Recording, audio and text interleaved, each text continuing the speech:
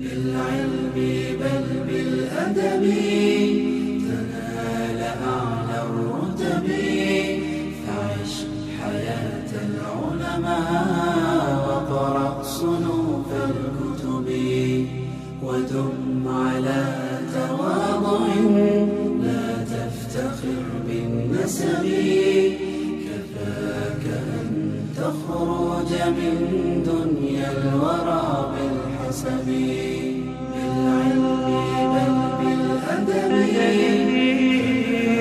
أعلى الرتب عيش حياة العلماء وقرأ صنوف الكتب ودم على تواضع لا تفتخر بالنسب كفاك أن تخرج من دنيا الورى بالحسب نعم نعم لكنني من غير أم وأبي أهوى العلا وليس لي ما لن يقضي ربي من يا ترى يضمني يمدني بناشبي مناي أن يكون لي شأن كشأن الكوكب وأن أكون عالما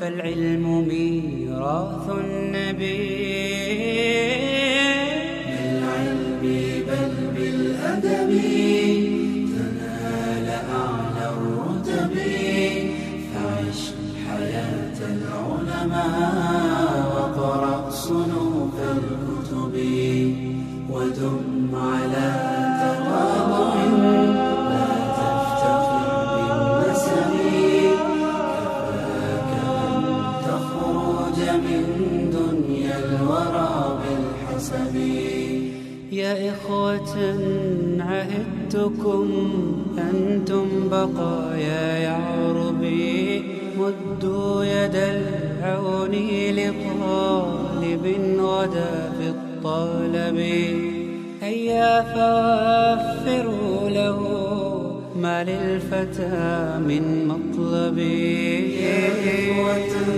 عهدتكم أنتم بقايا يعربي مدوا يد العون لطالب غدا في الطلب هيا فوفروا له ما للفتى من مطلب نعم وهل من عمل زاك كتعليم صبي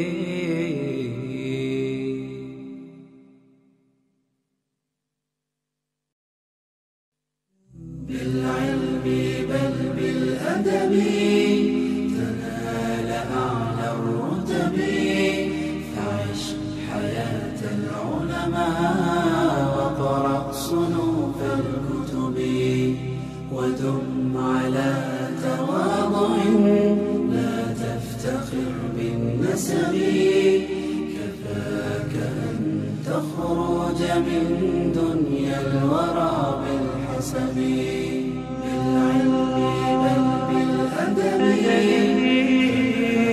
أعلى الرتب عيش حياة العلماء وقرأ صنوف الكتب ودم على تواضع لا تفتخر بالنسب كفاك أن تخرج من دنيا الورى بالحسب نعم نعم لكنني من غير أم وأبي أهوى العلا وليس لي ما لن يقضي ربي من يا ترى يضمني يمدني بناشبي مناي أن يكون لي شأن كشأن الكوكب وأن أكون عالما فالعلم ميراث النبي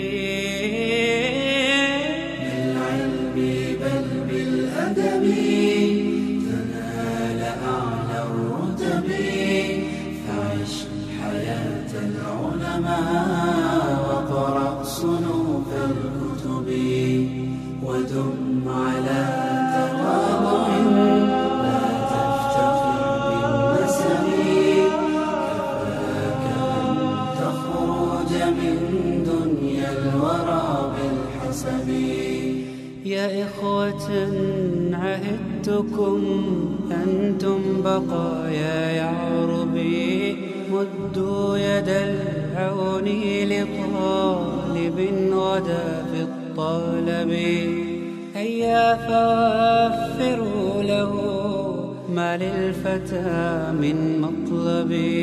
يا إخوة عهدتكم أنتم بقايا يعربي مدوا يد العون لطالب غدا في الطلب هيا فوفروا له ما للفتى من مطلب.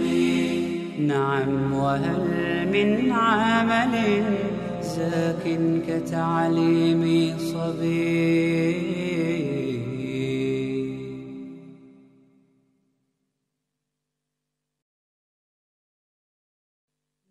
بالعلم بل بالأدب تنال أعلى الرتب فعش حياة العلماء وقرأ صنوف الكتب ودم على تواضع لا تفتخر بالنسب.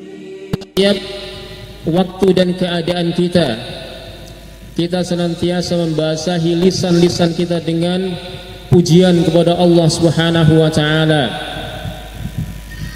Pada saat senang kita ucapkan alhamdulillah, bi ni'matihi tatimmus shalihat.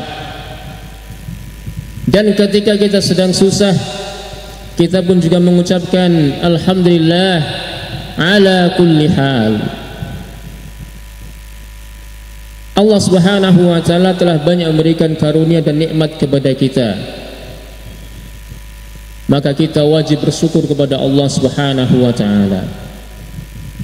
Salawat berserta salam semoga senantiasa tersampaikan kepada Nabi kita Muhammad sallallahu alaihi wa alihi wasallam dan juga tersampaikan kepada keluarga beliau radhiyallahu taala anhum. Kaum muslimin wal muslimat, ikhwati fillah, dan juga anak-anakku sekalian, rahimani Allah wa iyyakum. Di antara nikmat Allah adalah pada hari ini kita semuanya berbahagia berkumpul dalam satu majelis, terutama pada saat ini kita mengingat Allah Subhanahu wa taala dengan mempelajari kitabnya Al-Quran dan juga dengan memahami dan mempelajari sunnah Nabi-Nya sallallahu alaihi wa alihi wasallam. Jamaah sekalian rahimani wa rahimakumullahu jami'an, kita semua sebagai muslim, sebagai orang tua tentu sangat mengharapkan, sangat mencita-citakan kalau punya anak yang salih dan salihah. Iya, kita semuanya sebagai muslim pasti punya keinginan seperti itu, memiliki anak-anak yang salih dan salihah. Besar sekali keuntungan, keberuntungan bagi orang tua yang memiliki anak-anak yang salih dan salihah. Selain anak-anak yang salih, anak-anak yang salihah sebagai qurratu a'yun, penyejuk mata kita, sebagaimana yang senantiasa kita doa kepada Allah Subhanahu wa taala, Rabbana hab lana min azwajina wa dzurriyyatina qurrata a'yun. Ya Allah, berikan kepada kami dari istri-istri kami dan anak-anak kami penyejuk mata. Sebagian orang menyangka bahwa qurratu a'yun itu terjadi pada hari akhirat, sehingga disampaikan kepada Al-Imam Al-Hasan Al-Basri rahimahullahu ta'ala, Maka beliau menyampaikan tidak. Bahkan qurratu a'yun itu juga ada di dunia. Karena setiap kita sebagai orang tua yang saleh tentu sangat berbahagia ketika istri kita juga salihah, ketika anak-anak kita salih dan salihah, ketika di rumah-rumah kita dipenuhi dengan bacaan Al-Quran yang kita baca, yang dibaca oleh istri kita, yang dibaca oleh anak-anak kita. Ketika dikumandangkan azan, maka kita sebagai kepala keluarga bersiap-siap menuju masjid, dan anak-anak laki kita juga bersiap-siap menuju masjid. Masya Allah, ya, itu hal yang sangat menyenangkan sekali. Orang tua senang sekali kalau punya keluarga yang seperti itu, dan itu wujud nyata dari satu keluarga yang mawaddah, sakinah, warahmah. Nah, ikhwati fillah rahimani wa rahimakumullahu jami'an. Selain itu memiliki anak-anak yang saleh, keberuntungan besar bagi kedua orang tuanya. Di antaranya adalah, ini hal penting yang perlu kita ketahui, anak itu merupakan salah satu dari bentuk amal usaha orang tua. Anak itu merupakan sebagian dari amal usaha orang tua, sehingga apapun yang dikerjakan oleh anak yang salih berupa kebaikan-kebaikan, ketaatan-ketaatan, ibadah, akhlak yang karimah yang membuahkan pahala, maka kedua orang tua juga mendapatkan pahala dari amal salih yang dikerjakan oleh anak, tanpa mengurangi sedikit pun pahala si anak. Sehingga ketika anak yang salih sholat, orang tua mendapatkan pahala amal sholatnya anak salih tersebut tanpa mengurangi pahala dari anak salih tersebut sedikit pun. Ini merupakan keberuntungan besar, apalagi anak-anak yang banyak semuanya salih salihah. Maka orang tua ini merupakan orang tua yang kaya raya dengan kebaikan, dari kebaikan yang dikerjakan oleh anak-anak mereka. Allah Subhanahu wa taala berfirman, wa allaisa lil insani illa ma sa'a, dan tidak ada bagi manusia itu kecuali dari hasil usahanya sendiri. Jadi pada dasarnya jamaah sekalian, bapak-bapak, ibu-ibu rahimani wa rahimakumullahu jami'an, kita mendapatkan pahala itu ya dari amal ibadah kita sendiri. Kita menanggung dosa itu juga dari maksiat yang kita kerjakan sendiri. Itu pada dasarnya.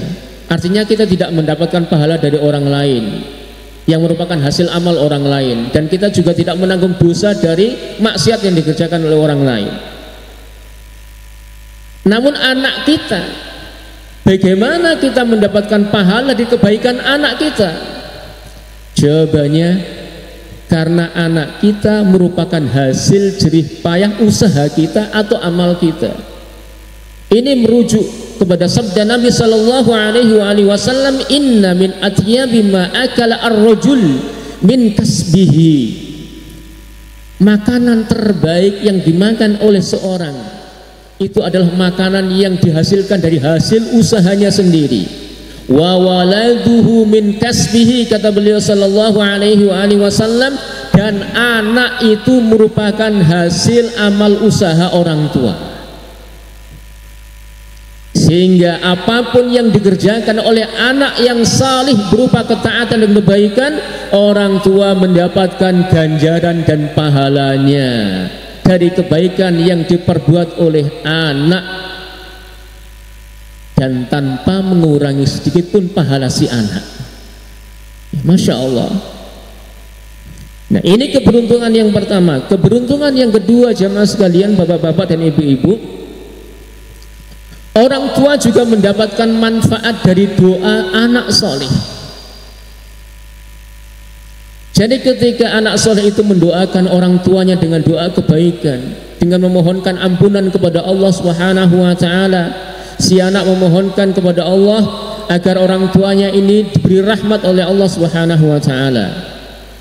Dan gak asing bagi kita bagaimana doa anak-anak kita. Rabbighfirli warhamni, Rabbighfirli wali walidayya warhamhuma kama rabbayani shaghira. Ya Allah, ampuni aku, kata si anak, dan juga ampuni kedua orang tuaku, dan rahmatilah kedua orang tuaku itu sebagaimana mereka telah mendidikku sejak kecil. Masya Allah, ini doa anak. Dan bukan hanya seperti itu saja doa anak kepada orang tuanya. Si anak mendoakan, ya Allah, jadikan kedua orang tuaku ini teladan bagiku, lapangkan rezeki mereka. Ini doa si anak, dan doa ini bermanfaat bagi orang tua. Artinya apa? Doa anak ini pasti dikabulkan oleh Allah Subhanahu wa ta'ala. Di dalam sebuah hadis yang tentu kita semuanya sering mendengar, bahkan mungkin hafal, di mana Nabi kita sallallahu alaihi wa alihi wasallam bersabda, "Idza matal insan inqata 'amaluhu illa min salasah." Ketika manusia ini meninggal, wafat, maka terputus semua amalannya kecuali dari 3 hal.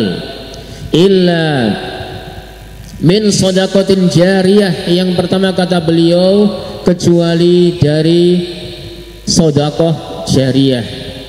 Artinya ketika manusia meninggal dan meninggalkan sedekah jariyah, maka sedekah jariyah ini pahalanya tetap mengalir kepadanya. Yang kedua, au ilmin yuntafa'u bihi, atau ilmu yang bermanfaat. Sebelum meninggal dia telah menyampaikan banyak ilmu kepada manusia, kemudian manusia pun mengamalkannya. Maka selama ilmu yang ia sampaikan diamalkan oleh manusia, maka pahalanya terus mengalir kepadanya. Dan yang ketiga, awwaladin salihin yada'ulah, atau anak salih yang mendoakannya. Nah, jamaah sekalian rahimani wa rahimakumullahu jami'an, hadis yang mulia ini, yakni pada kalimat awwaladin salihin yada'ulah, itu memiliki 2 faedah yang harus kita fahami. Bahwa yang bermanfaat bagi orang tua dari anak itu bukan hanya sekedar doanya. Yang pertama adalah diri anak itu sendiri. Makanya tadi disampaikan, ketika anak yang saleh berbuat kebaikan, orang tua juga mengunduh pahala dari kebaikan si anak. Ini karena Rasul menyebutnya waladun salih. Nah, salih itu atribut sifat bagi si walad, sehingga ketika anak itu taat berbuat baik, orang tua tetap mendapatkan pahala kebaikan dari perbuatan baik si anak. Dan yang kedua, yada'ulah. Yada'ulah itu dalam bahasa Arab itu berkedudukan boleh menjadi atribut sifat, boleh menjadi hal.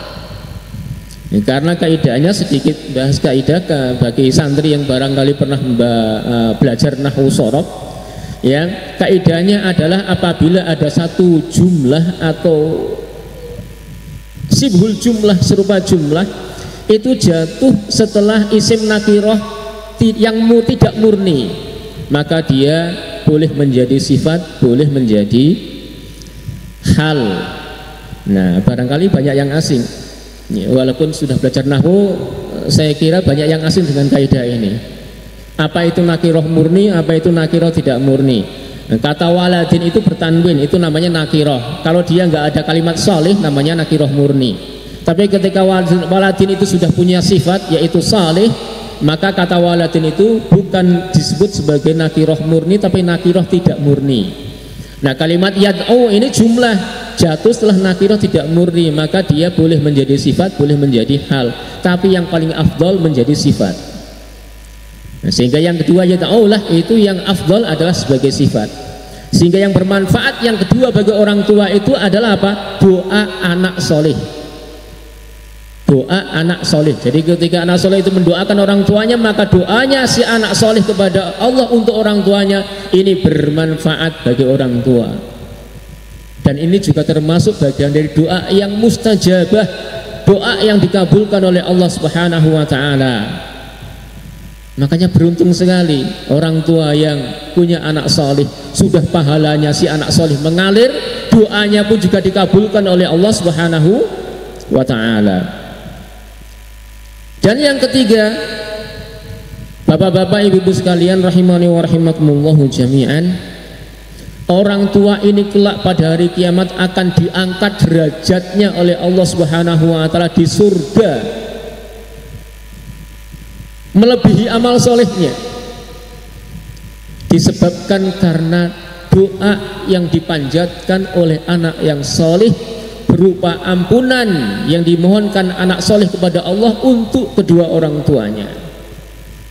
Si anak, ya Allah ampunilah kedua orang tuaku. Allahumma firli walidayya, ya Allah ampuni kedua orang tuaku. Anak memohonkan ampunan kepada Allah untuk orang tua, ini akan menjadikan orang tua nanti naik derajatnya di surga. Yang seharusnya barangkali orang tua hanya menempati surga yang tingkat pertama, tapi bisa menempati surga tingkat yang kedua yang lebih tinggi. Nah, ini bisa disebabkan karena apa? Doa ampunan yang dimohonkan si anak kepada Allah untuk orang tua. Apa dalilnya? Sebuah hadis yang hasan diriwayatkan oleh Imam Ahmad ibnu Hanbal rahimahullahu taala, innallaha la yarfa'u darajah lil 'abdi as-salih fil jannah. Allah benar-benar akan mengangkat derajat seorang hamba di surga, mengangkat orang tua, derajat orang tua di surga. Lalu ia mengatakan, Rabbi anna li hadhihi, wahai Rabbku, dari mana aku memperoleh kedudukan setinggi ini? Nah, orang tuanya bertanya kepada Allah, ya Allah, dari mana aku mendapatkan kedudukan yang tinggi ini di surga? Padahal kalau dibandingkan dengan amal yang dikerjakan kayaknya belum sesuai, tapi kok bisa terangkat sampai tinggi? Maka Allah Subhanahu wa taala memberikan jawaban, istighfari waladika laka, yaitu sebab permohonan ampunan yang dimintakan oleh anakmu kepada Allah untukmu. Masya Allah. Makanya jamaah sekalian, ibu-ibu sekalian, sungguh bukan suatu kerugian kalau anak-anak kita itu kita fokuskan pendidikannya itu dalam bidang agama. Karena yang bisa menjadikan anak-anak kita soleh itu adalah ilmu din, ilmu agama. Entah itu ilmu akidah tauhidnya, entah itu fikihnya, entah itu ilmu adab dan akhlaknya. Ilmu agama itu yang bisa menjadikan anak itu menjadi soleh dan solihah. Oleh karena itu, langkah yang benar bagi orang tua, ya, ketika mendidik anaknya atau menyekolahkan anaknya ke dalam lembaga-lembaga pendidikan yang lebih fokus kepada ad-din, kepada pelajaran agama. Nah, termasuk di pesantren kita yang besar, yang indah ini, tidak salah seandainya orang-orang tua menyekolahkan anaknya di sini, memondokkannya di sini. Insya Allah harapan kita sebagai orang tua ingin memiliki anak yang salih dan solihah benar-benar tercapai, terpenuhi. Nah, jamaah sekalian rahimani wa rahimakumullahu jami'an, kalau kita bicara soal anak soleh, sebenarnya siapa sih anak soleh itu? Sebagian orang mandang anak soleh itu ya orang yang berdoa mendoakan orang tuanya. Ada lagi mungkin ada yang salah paham, anak soleh itu adalah anak yang mungkin ngundang kawan-kawannya ke rumah untuk ikut mendoakan orang tuanya, begitu. Bukan seperti itu jemaah sekalian yang disebut dengan anak soleh. Sebagian ulama menyebutkan anak soleh itu al-waladul mu'min. Anak soleh itu anak yang beriman, anak yang memiliki akidah yang lurus, anak yang memiliki tauhid yang kuat, keimanan yang kuat. Dia beramal saleh, dia melaksanakan perintah Allah, menjauhi larangan Allah, dia berakhlak mulia, itu waladun salih. Sebagian lagi mengatakan bahwa anak soleh itu adalah al-waladu yattasifu fil istiqamah wal iltizam. Anak soleh itu adalah anak yang memiliki sifat istiqamah, sifat lurus, berjalan berdasarkan Al-Quran dan sunnah Nabi Sallallahu Alaihi Wasallam, menjadikan Al-Quran dan hadis itu sebagai dasar kehidupannya di dalam kehidupan sehari-harinya. Itu namanya waladun salih, anak yang salih. Dan yang perlu kita ketahui jemaah sekalian, tidak mungkin anak-anak kita menjadi salih, menjadi mukmin, punya keimanan yang lurus, punya tauhid yang lurus, punya akidah yang kuat, keimanan yang kuat, bisa beramal ibadah dengan benar, punya akhlakul karimah yang benar, kalau tidak didasari ilmu. Itu tidak mungkin. Makanya yang perlu kita pahami jemaah sekalian, anak soleh itu adalah anak-anak yang berilmu, sehingga dia memiliki keimanan yang benar, dia punya amal yang benar, dia punya akhlak yang benar. Nah, itu waladun salih, namanya anak yang salih. Oleh karena itu, untuk membentuk anak salih perlu kerja keras, ya, perlu dididik dengan sungguh-sungguh. Bukan hanya dibiarkan atau diberikan materi agama yang seadanya, tidak. Ya, tapi harus benar-benar fokus. Anak itu diajari dinul Islam dengan dalil-dalil. Oleh karena itu jemaah sekalian, lalu siapa orang yang berkewajiban mendidik anak sehingga anak itu menjadi saleh? Ayo, kira-kira siapa? Siapa yang punya kewajiban mendidik anak agar anak itu menjadi saleh? Orang tua apa guru di pondok pesantren? Nah, itu bapak-bapak, ibu-ibu sekalian, itu yang jawab anak-anak kalian semuanya itu katanya orang tua gitu. Yang wajib mendidik anak menjadi saleh itu orang tua. Nah, gimana kalau anak-anak kita itu menuntut kita, bapak didik aku supaya jadi saleh, begitu? Sanggup? Di rumah kita didik anak-anak kita agar menjadi saleh dan salihah. Tidak sanggup. Bagaimana tidak sanggup? Itu kewajiban orang tua. Ya, kewajiban orang tua memberikan pendidikan kepada, mendidik anak-anaknya sehingga nanti anaknya menjadi anak yang salih dan salihah. Iya, benar. Itu kewajiban orang tua. Berdasarkan firman Allah Subhanahu wa taala, ya ayyuhalladzina amanu qu anfusakum wa ahlikum nara. Hai orang-orang yang beriman, jaga dirimu dan jaga keluargamu dari api neraka. Bagaimana caranya? Jadikan diri kita itu salih, hamba yang taat kepada Allah Subhanahu wa taala, dan jadikan keluarga kita juga salih, keluarga yang taat kepada Allah Subhanahu wa taala, yang melaksanakan perintah Allah dan Rasulnya, yang menjauhi larangan Allah dan Rasulnya Sallallahu Alaihi Wasallam. Makanya minimalnya orang tua itu sudah menanamkan tauhid kepada anak-anaknya sejak balita. Nah, Rabb kita itu Allah Subhanahu wa taala. Kita itu hanya wajib beribadah kepada Allah Subhanahu wa taala. Tanamkan akidah-akidah yang mendasar seperti ini sejak anak-anak kita masih kecil. Nabi kita itu Muhammad Sallallahu Alaihi Wasallam, dan kita wajib meneladani beliau Sallallahu Alaihi Wasallam. Dan agama kita itu adalah Islam, dasarnya adalah Al-Quran, dan dasarnya lagi adalah hadis Nabi Sallallahu Alaihi Wasallam. Tanamkan akidah keyakinan seperti ini sejak dini kepada anak-anak kita. Kemudian ajari mereka adab. Dan yang paling tinggi adab kepada Allah Subhanahu wa taala. Ajari anak sholat, ajari anak berpuasa. Itu adab kita kepada Allah Subhanahu wa taala, adab yang paling tinggi. Ajari anak-anak kita juga beradab kepada Rasul Sallallahu Alaihi Wasallam. Ajari makan menggunakan tangan kanan, minum menggunakan tangan kanan. Masuk rumah baca bismillah, keluar rumah baca bismillah, tawakkaltu 'ala Allah, la haula wala quwata illa billah.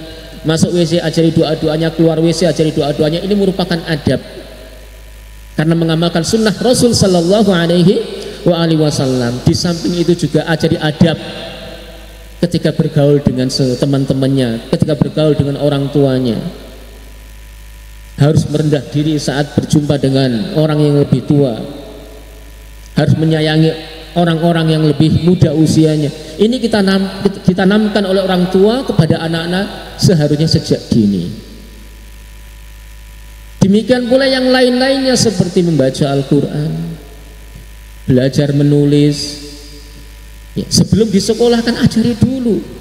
Jangan sampai orang tua ketinggalan kebaikan, cuman pasah bongkoan sama guru ngaji. Jangan. Kenapa? Kita orang tua itu minimal Al-Fatihah sudah hafal. Nah, coba kita bekali anak kita dari dini minimal hafal Al-Fatihah. Jadi jangan sampai anak kita hafal Fatihah yang ngajari guru ngaji. Jangan. Nah, ini termasuk salah satu tanggung jawab kita sebagai orang tua dalam mendidik anak-anak kita, dan hukumnya wajib. Apa hukumnya? Wajib, kalau tidak ditunaikan berdosa.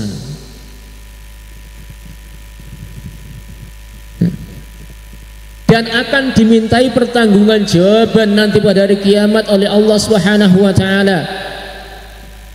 Perhatikan sabda Nabi sallallahu alaihi wasallam, kullukum ra'in wa kullukum mas'ulun an ra'iyatihi. Setiap kalian itu adalah pemimpin dan akan dimintai pertanggungan jawaban kelak pada hari kiamat. Wal amiru ra'in, penguasa juga pemimpin. War rajulu ra'in ala ahli baitihi, bapak suami itu juga pemimpin atas keluarganya. Wal mar'atu ra'iyatun ala baiti zawjiha wa waladihi, ibu-ibu itu juga merupakan pemimpin atas rumah suaminya dan anak-anaknya. Fakullukum mas'ulun an ra'iyatihi, semua itu akan dimintai pertanggungjawabannya oleh Allah kelak pada hari kiamat. Maka bersiap-siap orang tua yang mengabaikan kewajiban ini terhadap anak-anaknya, masa bodoh terhadap anak-anaknya, mau kenal agama kayak tidak, kayak terserah. Hati-hati ketika kelak pada hari kiamat ditanya oleh Allah, wahai bapak, wahai ibu, apa yang telah engkau ajarkan kepada anakmu? Kalau anak itu diajarkan kebaikan, maka tentu akan lolos dari permasalahan.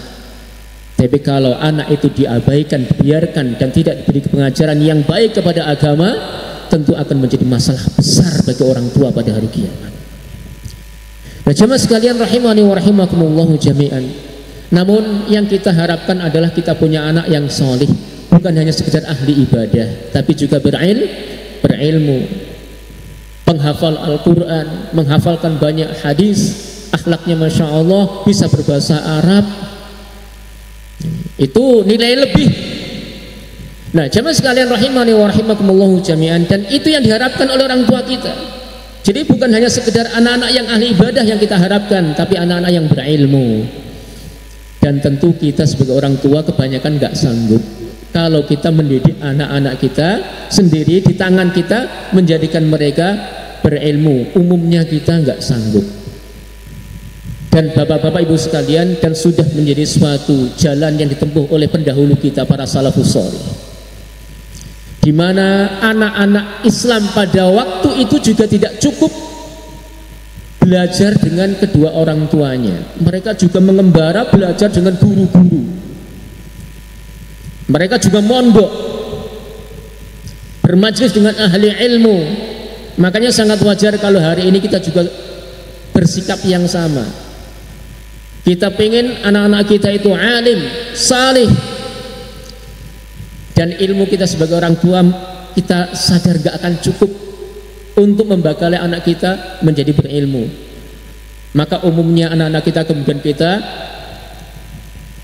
belajarkan, kita pondokkan, kita kirim agar ia belajar di lembaga-lembaga yang benar-benar kita pandang mampu mengantarkan anak kita menjadi anak-anak yang salih, yang salihah dan berilmu. Termasuk sekali lagi diantaranya mudah-mudahan pesantren kita ini.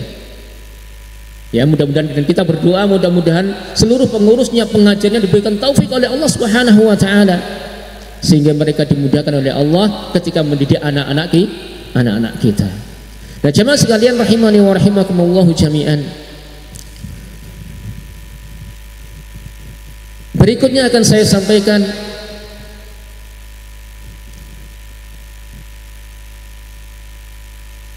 ketika kita sebagai orang tua memimpikan, mengharapkan punya anak-anak yang berilmu dan salih dan salihah, kemudian kita serahkan anak kita di pondok pesantren atau di lembaga-lembaga yang fokus kepada ajaran dinul Islam, dengan harapan mudah-mudahan para ustadz, para guru, para muallim yang ada di lembaga tersebut mendidik dan membina anak-anak kita, sehingga apa yang kita cita-citakan dari anak kita dikabulkan oleh Allah Subhanahu wa taala. Maka yang perlu kita fahami dan perlu kita tekankan dalam masalah ini adalah perlunya sinergi, sebagaimana tema yang tadi disebutkan, perlunya sinergi antara pihak orang tua dengan para guru yang ada di lembaga pendidikan, yang mereka itu mewakili kita sebagai orang tua untuk mendidik anak-anak kita. Sehingga yang perlu kita fahami jamaah sekalian, para guru, para muallim, para ustadz yang ada di pesantren yang mendidik anak kita itu bukan pekerja kita yang kita upah, bukan. Tapi itu adalah apa? Partner. Yang mana antara guru dengan orang tua seharusnya bekerja sama. Jadi itu partner, teman kerja, bukan pekerja, tapi teman kerja. Maka perlu sinergi antara keduanya, antara orang tua, antara guru, itu perlu kerjasama yang baik sehingga menjadi suatu sinergi.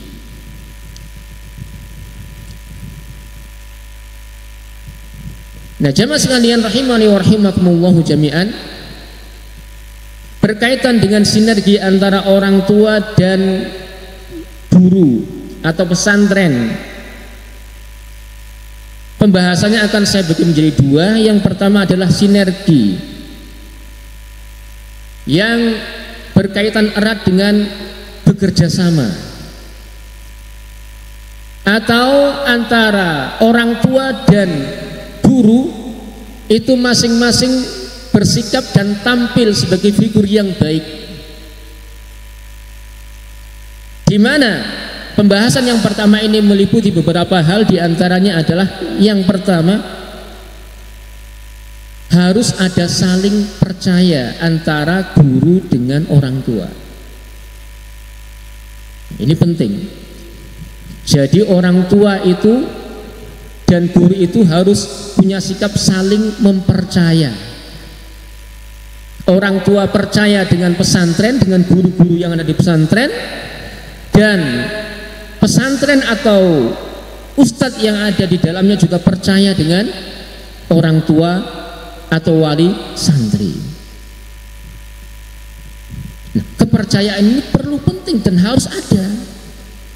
Di mana orang tua ketika menyerahkan anaknya ke pesantren, orang tua ini dalam kondisi percaya dengan pesantren, bahwa pesantren ini ada ustadz yang memiliki kapasitas ilmu, punya adab, yang mana ilmu dan adabnya itu akan disalurkan nanti kepada anak-anak mereka. Jadi harus seperti itu. Nah, demikian pula dari pihak pesantren juga percaya dengan wali santri, dengan orang tua santri, bahwa mereka itu menyerahkan anaknya kepada kita benar-benar bukan untuk main-main, ya, bukan untuk main-main, bukan untuk maksud-maksud yang tertentu yang tidak baik, tapi kita juga mempercayai mereka bahwa mereka itu menyerahkan anaknya kepada kita karena supaya kita bina, kita didik. Jadi jangan muncul suudzon di antara keduanya. Karena suudzon, berburuk sangka, itulah sesuatu hal yang akan menjadikan kepercayaan antara kedua belah pihak ini melemah, bahkan mungkin hilang. Nah, ini yang pertama. Dan di sini juga akan saya sebutkan beberapa contoh permasalahan yang perlu difahami antara guru dan juga pesantren juga dengan orang tuanya. Misalnya orang tua datang ke pihak pesantren, mendatangi pemimpin pesantren, lalu mengeluhkan suatu udzur. Maaf Ustaz, ini soal pembayaran ini kayaknya saya nggak bisa tepat waktu misalnya. Mohon timbunya, karena saya orang petani nunggu panen.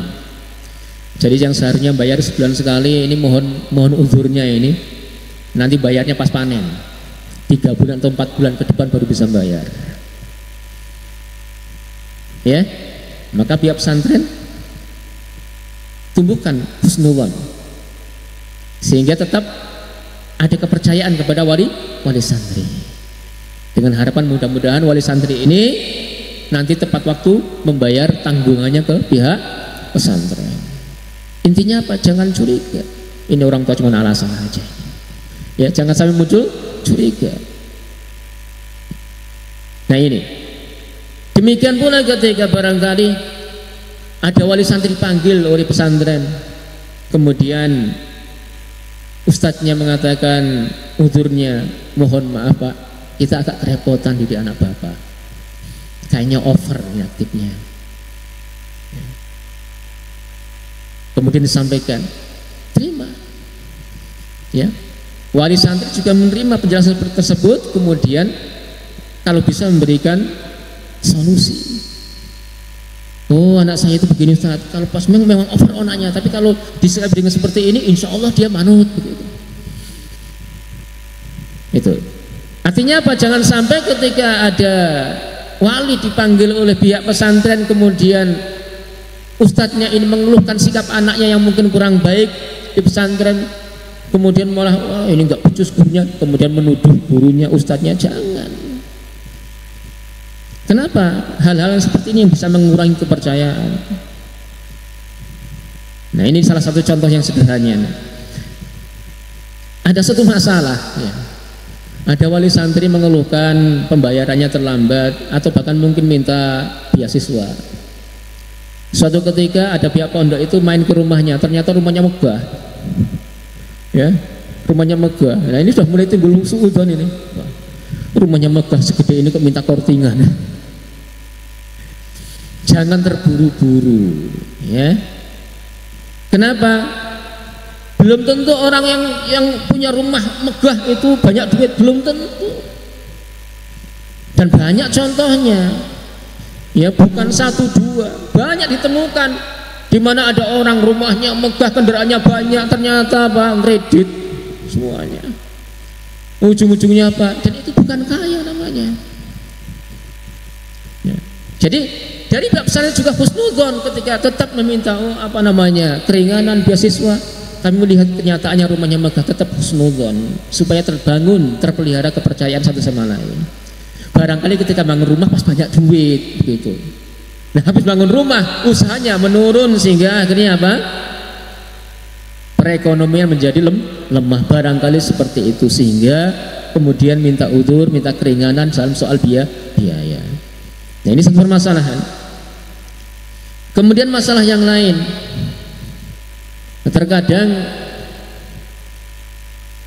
anak kita yang di pesantren itu bikin ulah, bikin fitnah. Membuat satu masalah, lapor sama orang tua, yang mana laporannya itu menjadikan kepercayaan antara guru dengan orang tua menjadi lemah. Biasa. Dan ini harus dipahami antara guru dan orang tuanya. Apalagi ketika anak-anak baru mondok, itu dalam masa-masa menyesuaikan diri, terkadang perasaannya nggak betah. Dan biasa kalau anak-anak santri lagi nggak betah itu, kalau benar-benar nggak betah, nekat itu bikin ulah. Kalau dia mau bilang sama orang tuanya, Pak nggak betah, pasti orang tuanya tanya alasannya apa. Kalau mau jujur, terkadang nggak diterima sama orang tuanya. Tapi kalau mau bohong berdosa. Nah, biasanya bikin akal-akalan, dirancang apa alasannya ketika ditanya nggak betah. Nah, terkadang yang menjadi kambing hitam itu teman-teman santri. Itu masih wajar, tapi yang paling fatal yang jadi kambing hitamnya ustadznya. Ketika dijenguk orang tuanya atau saatnya anaknya nelpon sama orang tuanya atau barangkali ketika liburan, Pak saya nggak betah. Kenapa nggak betah? Saya itu dibully sama teman-teman begini di pondok ini gini. Seakan-akan temennya yang satu pondok itu jelek semuanya. Wah, orang tua langsung percaya, oh ini nggak bener ini pondok. Bisa menghapus kepercayaan orang tua kepada pesantren. Bagaimana kalau yang dilaporkan ini ustadznya? Ustadznya itu gini. Kejelekan ustadznya disebutkan si anak kepada orang tuanya. Orang tuanya langsung percaya gitu saja. Ini masalah besar. Ah, ini ustadz nggak benar ini. Lalu bagaimana sikap yang harus dihadapi oleh orang tua dan guru ketika menghadapi hal seperti ini? Ibu-ibu sekalian dan bapak-bapak sekalian, para wali santri yang barangkali mengalami hal seperti ini, anak pulang langsung menceritakan kejelekan-kejelekan temannya, pulang menceritakan kelemahan dan kejelekan-kejelekan gurunya. Jangan serta-merta langsung dipercaya. Datang ke pondok, temui ustadznya, tabayun. Tabayun itu mencari kejelasan, cek. Sampaikan, Ustadz, ini anak saya kok kemarin libur itu cerita katanya dia dibully sama teman-temannya itu jahat semuanya. Ini gimana Ustadz? Atau benar nggak Ustadz kok kata anak saya itu di pesantren ini Ustadz baca seperti ini. Maka Ustadz ini harus bersikap lebih bijaksana, sabar. Ini yang pertama. Yang kedua, berusaha mengambil keputusan yang baik. Kumpulkan antara wali santri anaknya dengan santri lain yang dianggap bermasalah, pertemukan mereka, cari kejelasan mana yang jujur mana yang bohong. Atau ketika berkaitan dengan ustadz, panggil juga ustadznya sehingga akan kelihatan mana yang baik mana yang jelek. Dan kebanyakannya jemaah sekalian, ibu-ibu sekalian, bapak-bapak sekalian, para wali santri itu yang punya masalah adalah dari pihak anak. Dan pendorongnya banyak. Pertama diantaranya adalah karena gak betah. Dan ini juga menjadi bahan penting pertimbangan bagi pesantren-pesantren yang menerima anak pindahan. Ditanya, kenapa kamu pindah dari pondok sana? Lihat alasannya. Oh, di pondok sana itu Ustaz, saya itu pengennya niatnya belajar, malah dikasih pekerjaan, suruh bantu ngajar lah. Ini kan saya berat Ustaz, nggak bisa fokus. Perhatikan, belum tentu benar jawaban seperti itu. Karena boleh jadi nggak betah, namanya mencari alasan, banyak alasan. Maka biasanya akan kelihatan ketika kita terima di pesantren kita. Perhatikan, kalau ada anak santri pindahan mengeluh seperti itu, jangan coba-coba dia diberi kepercayaan untuk bantu pesantren, misalnya mengajar adik-adiknya, jangan. Kenapa? Karena barangkali itu hanya sekedar alasan. Dan kalau kita coba-coba, maka bersiap menerima konsekuensinya. Kita karena dia punya kemampuan, anak pindahan tapi pintar, ya udahlah kita suruh berbantukan untuk bantu tahfidz misalnya. Ini bisa berakibat fatal. Dia juga nanti akan pulang bilang sama orang tuanya nggak betah. Kenapa? Saya pengen belajar fokus di pondok sana Ustadz, Pak Abi Umi, tapi sayang saya masa disuruh ngajar. Sama. Kenapa? Itu sebenarnya alasannya karena nggak betah.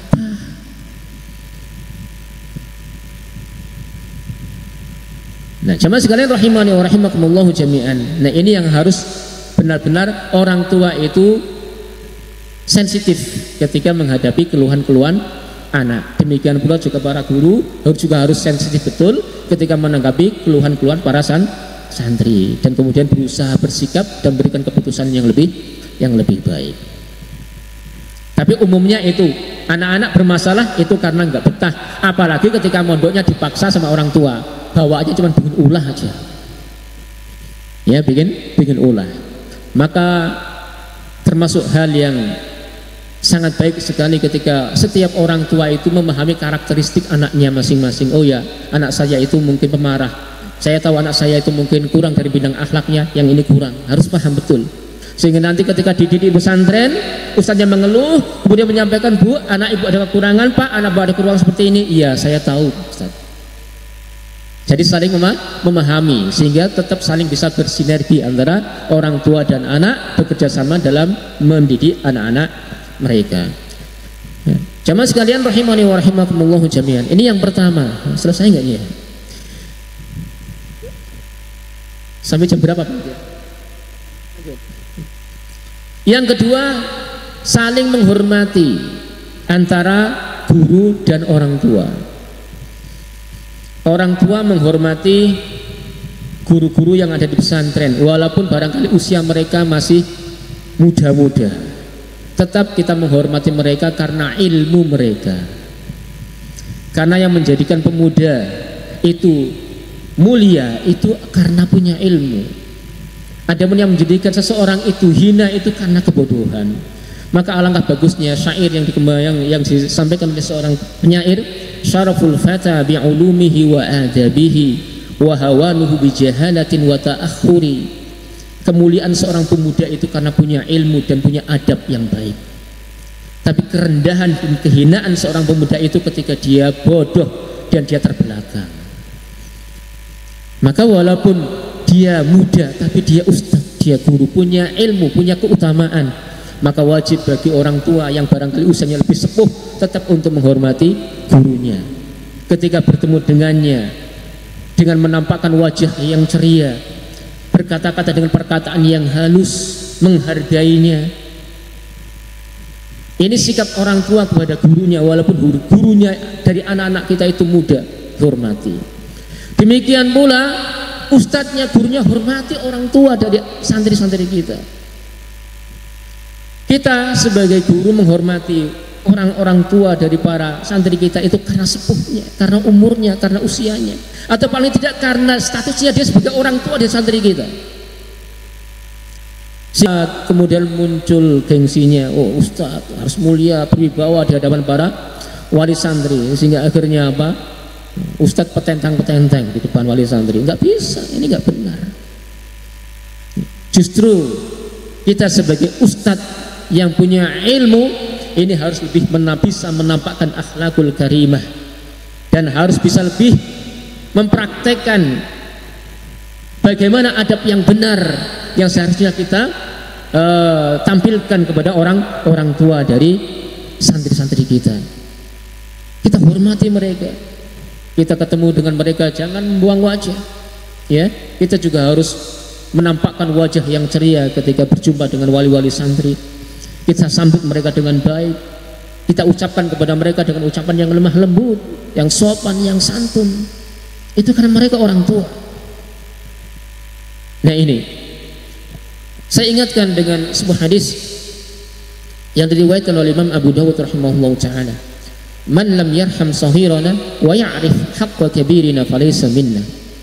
Orang yang tidak menyayangi anak-anak yang lebih kecil daripada kita, yang anak-anak yang kecil di antara kita, dan orang yang tidak mengerti hak dari orang-orang yang lebih sepuh daripada kita, maka dia bukan golongan kita.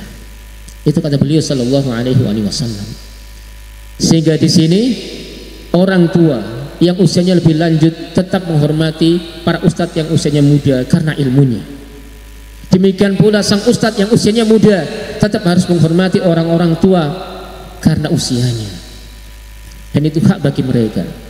Misalnya apa? Dengan menyebut mereka dengan panggilan-panggilan yang sopan, yang santun. Wahai bapak fulan. Jadi jangan sampai karena kita itu merasa punya ilmu dan merasa mulia, kemudian kita panggil wali-wali santri kita dengan panggilan yang menurut adat kebiasaan kita nggak sopan, seperti manggil langsung namanya saja, hai bejo, hai fulan. Hanya gara-gara kita memandang bahwa dia itu apa?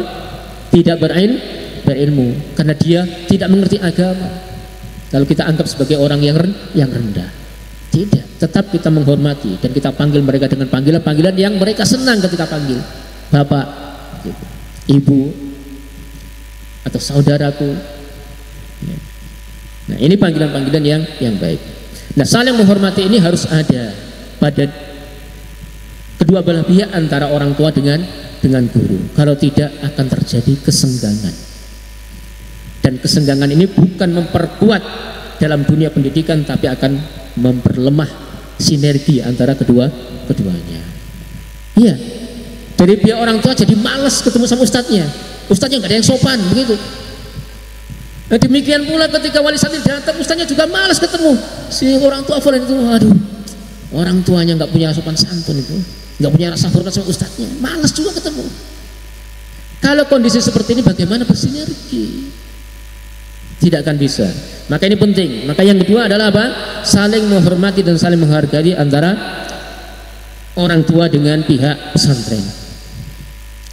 Nah, kemudian jemaah sekalian rahimani wa rahimakumullahu jami'an. Yang ketiga, orang tua dan guru itu harus tampil sebagai figur yang baik, menjadi teladan bagi anak. Artinya apa? Jangan mengandalkan sebelah pihak. Orang tua hanya mengandalkan guru. Guru itu yang harus menjadi teladan bagi anaknya. Kalau orang tua nggak usah, nggak boleh. Atau guru hanya sekedar mengajar saja. Adapun soal keteladanan orang tua, kan itu anak mereka, orang tua yang harus memberikan keteladanan. Kita cuma didik aja, cuma ngajar aja, tidak bisa. Jadi harus ada kerjasama di sini. Orang tua dan guru harus masing-masing bisa menjadi teladan kepada anak. Ketika di rumah, orang tua tetap memperhatikan kondisi anaknya, ya, menyemangati pendidikan belajarnya, mengajak mereka untuk taat kepada Allah Subhanahu wa taala, menasihati mereka ketika mereka apa? Melanggar aturan agama, bermaksiat kepada Allah Subhanahu wa taala. Dan orang tua harus bisa memberikan contoh. Ya, jangan sampai orang tua itu hanya main perintah, nah sholat jamaah, lah orang tuanya loh di rumah cuma buka WA, nggak bisa. Orang tua menjadi teladan, kemudian ajak anaknya, sehingga anak ini akan menjadi meneladani orang tua. Juga demikian ustadznya, jangan hanya menuntut santrinya, kamu harus menghafalkan sekian, kamu harus datang sholat lima waktu di masjid harus di awal waktu, sementara ustadznya malah belakangan. Jangan seperti itu ya, kecuali ada uzur bagi sang ustadz. Misalnya apa? Ustadz ini bertugas memang apa?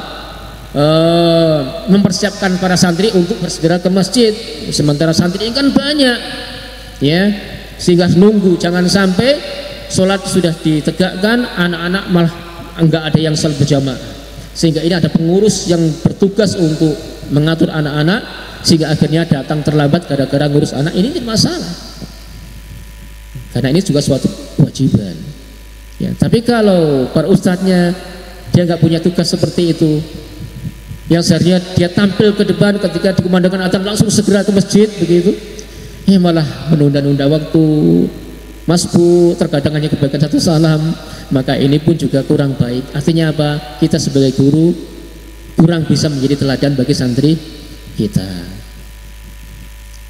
Jadi apa? Ini orang tua dan guru ini harus tampil menjadi figur teladan bagi anak kita. Bahkan kalau kita bisa menjadi figur yang baik bagi mereka, itu memudahkan kita untuk mengatur mereka dan mendidik mereka. Artinya apa? Terkadang kita nggak perlu perintah, anak-anak langsung ikut saja begitu. Kalau seandainya kita harus perintah, mereka bersegera untuk melaksanakan perintah kita. Tapi kalau kita hanya main perintah sementara kita tidak bisa menjadi teladan, anak-anak segan, enggan untuk melaksanakan perintah kita, bahkan mungkin malah mencela kita. Lah wong bapak aja seperti itu kok merintah-merintah. Lah wong ustadznya seperti itu kok merintah-merintah, begitu diremehkan jadinya. Nah ini, maka sekali lagi orang tua dan juga guru harus bisa menjadi teladan bagi anak-anak santrinya. Ini yang ketiga. Kemudian yang keempat, kedua orang tua dan juga guru ini juga harus tampil masing-masing sebagai murabbi, pendidik, ya, harus tampil sebagai pendidik. Artinya apa? Jangan sampai orang tua itu pasrah bongkoan ke pesantren, yang wajib ngajar pesantren, kalau orang tua enggak, begitu. Jangan.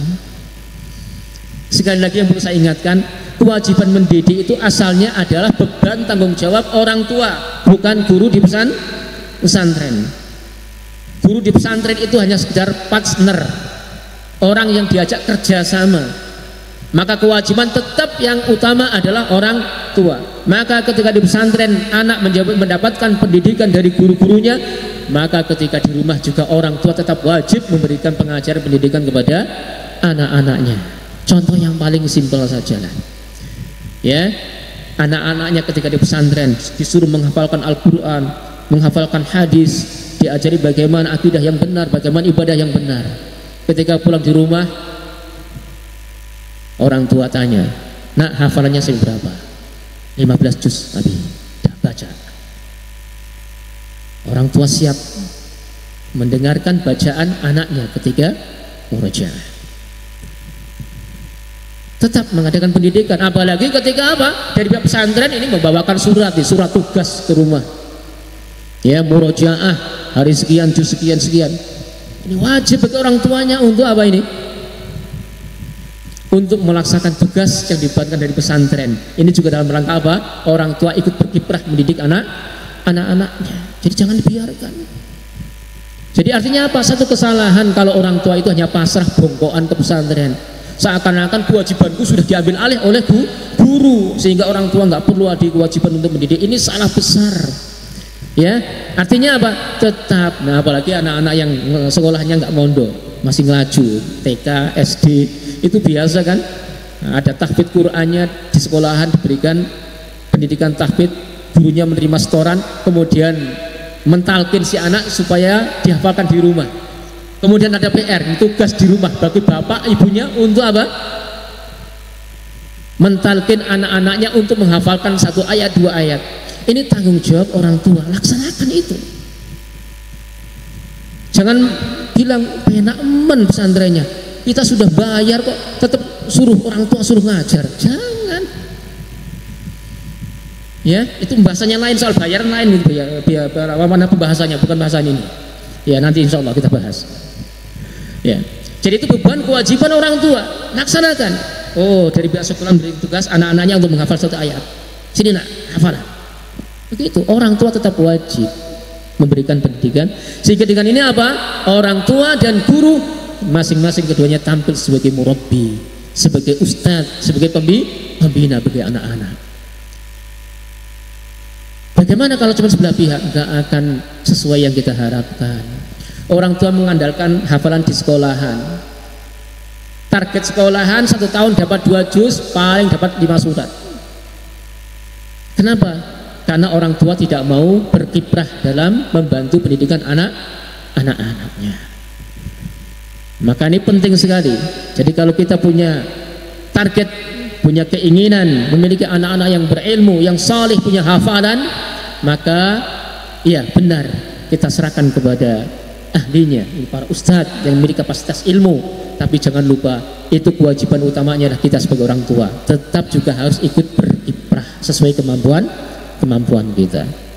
Nah, jemaah sekalian rahimani wa rahimakumullah jami'an, itu tadi sinergi yang berkaitan erat dengan sesuatu yang mesti ada di antara keduanya, ya, kerjasama antara wali santri orang tua dengan guru. Dan yang kedua adalah sinergi dalam artian harus ada imbal balik antara orang tua dengan guru.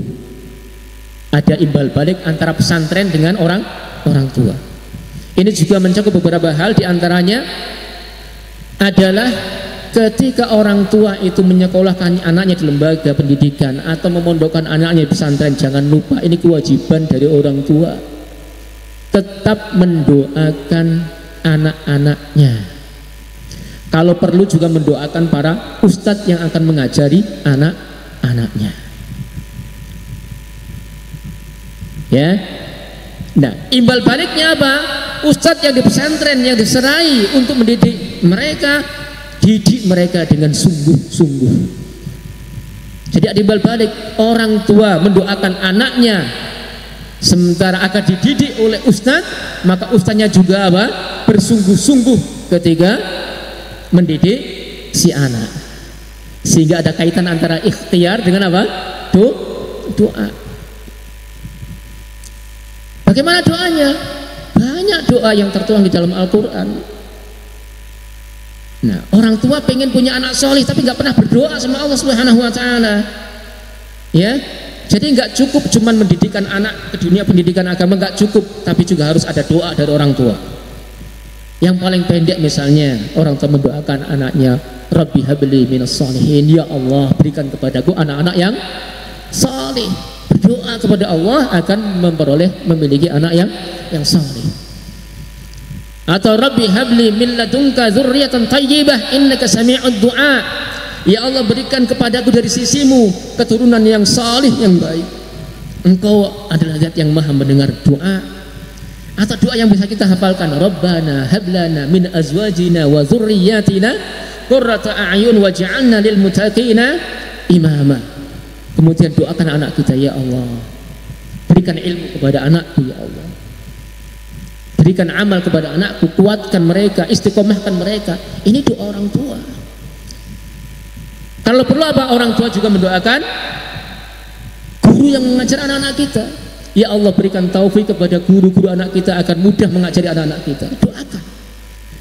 Nah, jadi ada doa dari orang tua. Imbal baliknya apa? Guru yang diamanati untuk mendidik si anak harus bersungguh-sungguh ketika mendidik anak santrinya yang telah diserahkan oleh kedua orang tuanya. Ya, jangan hanya sekedar ala kadar, kalau pengen ngajar-ngajar, kalau enggak, jangan. Ya. Kenapa? Karena itu amanah. Jadi orang tua mendoakan anak, sementara kita sebagai guru juga mendidik anak dengan sungguh-sungguh. Kalau perlu apa? Gurunya juga mendoakan anak, juga mendoakan orang tuanya. Ya Allah, ini santri-santriku, ya berikan kemudahan mereka dalam belajar, ya Allah tambahi mereka ilmu dan berikan kemudahan kepada orang tua mereka, ya Allah mudahkan dan lapangkan rezeki mereka. Nah, ikhwati fillah rahimani wa rahimakumullah jami'an, dan tidak perlu ragu, ini doa merupakan doa yang mustajab, yang dikabulkan oleh Allah Subhanahu wa Ta'ala. Sebagaimana sabda Nabi sallallahu alaihi wasallam, salasu da'awat mustajabat la syakka fihinna, ada 3 doa yang pasti dikabulkan oleh Allah Subhanahu wa Ta'ala. Yang pertama dakwatul walid, doanya orang tua untuk anak-anaknya. Perhatikan, kalau tadi doa anak termasuk doa yang mustajab, ketika anak mendoakan orang tua, maka doa orang tua untuk anaknya lebih mustajab, lebih didengar, lebih dikabulkan oleh Allah Subhanahu wa Ta'ala. Doa yang mustajab ini diantara dari 3 doa yang dikabulkan oleh Allah Subhanahu wa Ta'ala. Dan ketika orang tua mendoakan ustadz-ustadznya, atau ustadznya mendoakan anak-anaknya dan juga orang tua wali-walinya, ini juga termasuk doa yang mustajab. Kenapa?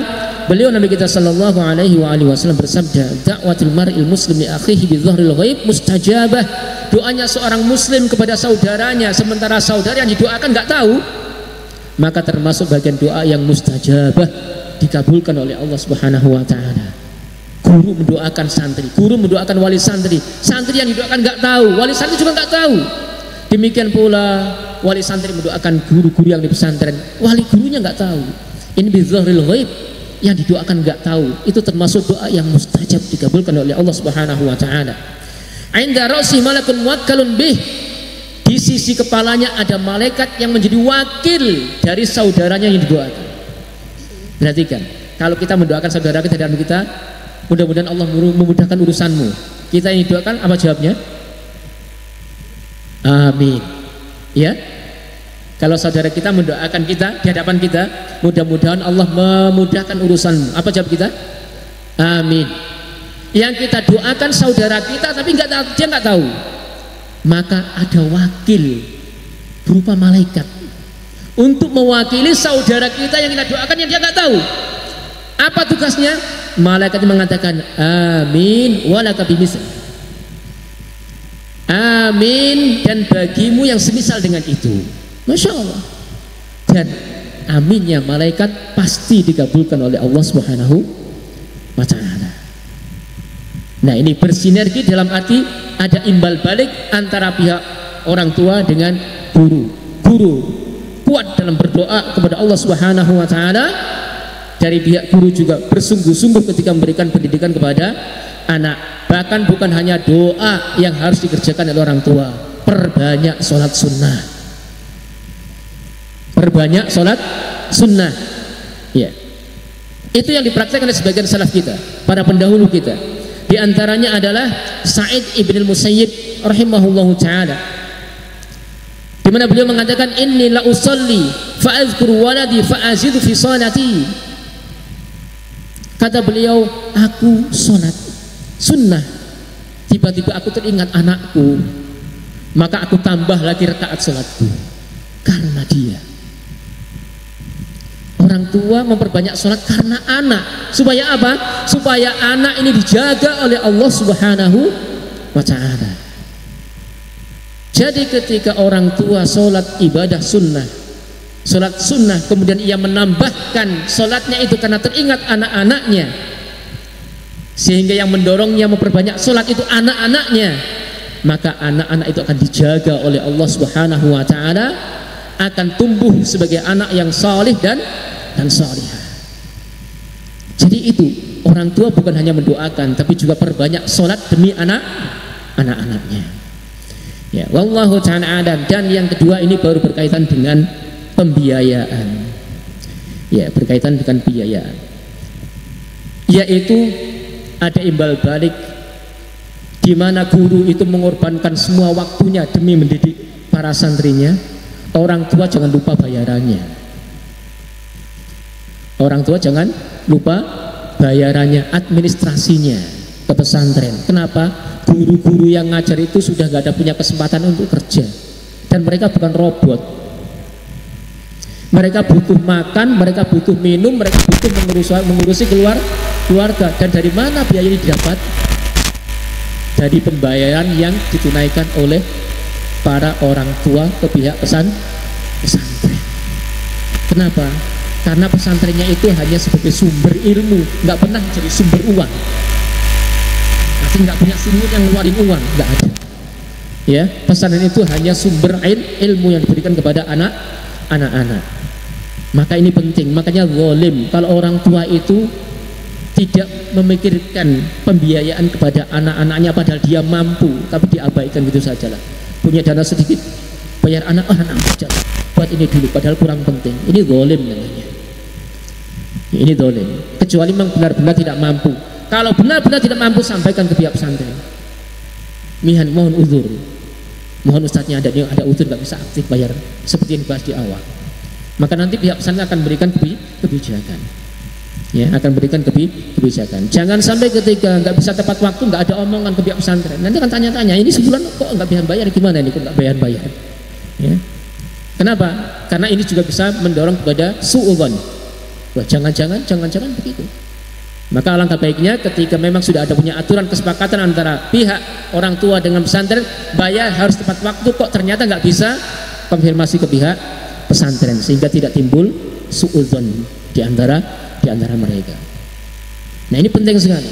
Namun ikhwati fillah rahimani wa rahimakumullah jami'an, dalam hal poin yang terakhir ini saya mengingatkan, jangan sekali-kali wali santri itu punya anggapan bahwa anaknya di sekolah itu ustadznya sudah tak bayar, sehingga akhirnya apa? Menganggap ustadznya itu sebagai orang kerja buruh, yang buruhnya ngajari anak kita, kemudian kita kasih apa? Bayaran. Jangan. Itu suatu sikap yang salah, karena kita mendapati ada sebagian wali yang mungkin karena nggak paham akhirnya bersikap seperti itu. Ketika wali santri nggak puas dengan pendidikan, dengan hasil ilmu yang diperoleh anak di pihak pesantren, datang ke pesantren kemudian nuntut, kami sudah bayar mahal, tapi kok anak saya seperti ini. Nah, ini orang tua yang barangkali kurang introspeksi diri. Maka bagaimana sikap pesantren ketika mendapati ada wali santri seperti itu? Mudah-mudahan santri di pondok pesantren kita yang tercinta ini, Darul Ar-Rasyid, yang nggak ada wali santri yang seperti itu. Ya, mudah-mudahan tentunya kalau ada wali santri seperti itu. Ya, tetap nggak punya adab. Tapi kalau seandainya ada datang wali santri ke pesantren nuntut, kok anaknya cuma dapat segini padahal sudah bayar mahal, akhirnya nggak terima, minta kembali bayarannya. Ya, kalau memang seperti itu mudah-mudahan nggak ada. Ya, maka pihak pesantren bisa menuntut balik dengan dua hal. Yang pertama, boleh saja kita kembalikan dananya Pak kepada Bapak, tapi anak Bapak sudah mendapat ilmu dari kita, kembalikan juga ilmunya kepada kita. Sanggup nggak kira-kira? Karena barangkali anak sudah punya modal, punya hafalan di pesantren kita 10 juz, kembalikan 10 juz kepada kita. Orang tua nggak akan sanggup. Atau yang kedua, begini Pak, para ustadz itu sudah mengorbankan waktunya demi anak bapak, mendidik anak bapak. Boleh dana kita kembalikan ke bapak, tapi kembalikan waktu kami ketika mendidik anak. Dan itu mustahil juga. Namun intinya apa? Sikap-sikap seperti ini merupakan sikap yang tidak beradab bagi orang tua terhadap dunia pendidikan. Nah, ini yang perlu dipahami oleh wali santri sekalian. Ilmu agama itu tidak bisa ditukar dengan uang. Ya, seandainya membaca, mendidik anak menghafalkan Al-Fatihah, dibaca, kemudian pengajarnya diberi imbal balik 10.000, itu tidak sesuai. 1 juta tidak sesuai, 10 juta tetap tidak sesuai. Kita berikan semua harta kita kepadanya juga tidak sesuai. Bagaimana tidak? Al-Fatihah itu besar sekali pahalanya. Ya, itu kalau kita ingin faham dan sadar bahwa ilmu yang sudah diperoleh oleh anak itu pada hakikatnya tidak bisa dibayar dengan seberapapun jumlah nominal yang kita bayarkan. Ya, sehingga ketika kita mendapati ada pesantren yang mampu mendidik anak-anak kita dengan biaya murah, alhamdulillah. Dengan biaya sedikit mahal tapi kita mampu, alhamdulillah. Atau barangkali biaya sangat mahal tapi kita mampu, tidak masalah, begitu. Kenapa? Karena punya anak yang saleh, yang berilmu, itu lebih kita harapkan daripada semua harta kekayaan kita. Ya, wallahu taala a'lam. Barangkali ini saja yang bisa saya sampaikan pada kesempatan pagi hari ini, dan mudah-mudahan kita semuanya mendapatkan manfaat. Saya akhiri, assalamualaikum warahmatullahi wabarakatuh.